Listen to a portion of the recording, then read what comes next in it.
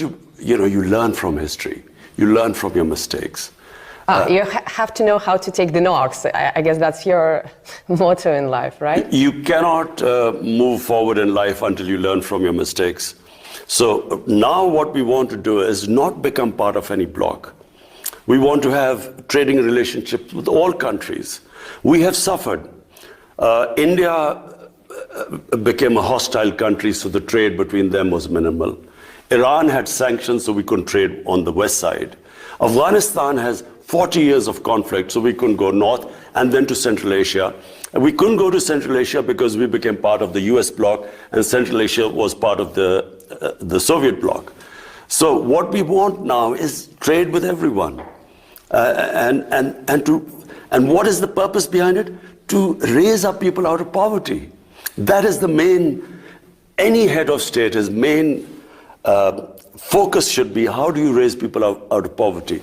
And the best way is trading with everyone. But Prime Minister, intention to trade is perhaps not enough because, as you know, our countries for quite some time have been discussing a large infrastructure project. I think it's called the Pakistan Stream, a gas pipeline.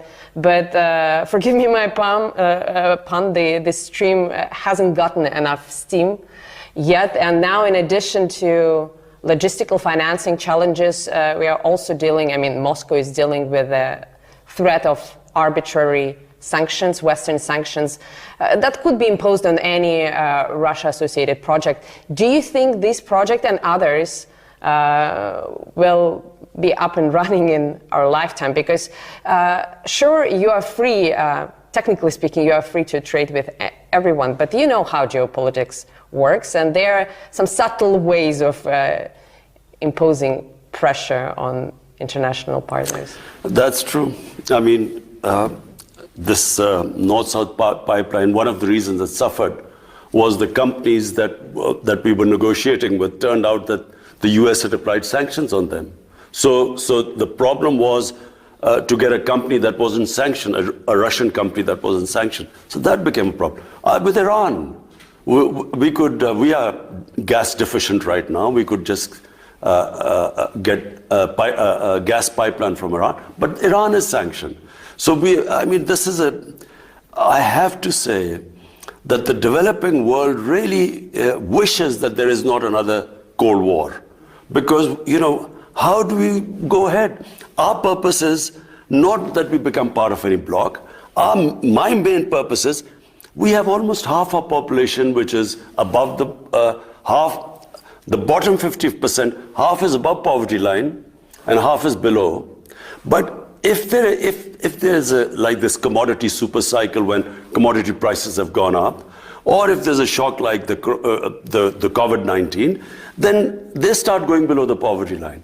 So the last thing we want is the world divided into blocs, sanctions, and I'm hoping that this Ukraine crisis is resolved peacefully. Mm-hmm. If we read reports in the Western media, there's an imminent war between Russia and Ukraine on the cards, and clearly Western countries take a very oppositional, I would even say inimical view to Russia.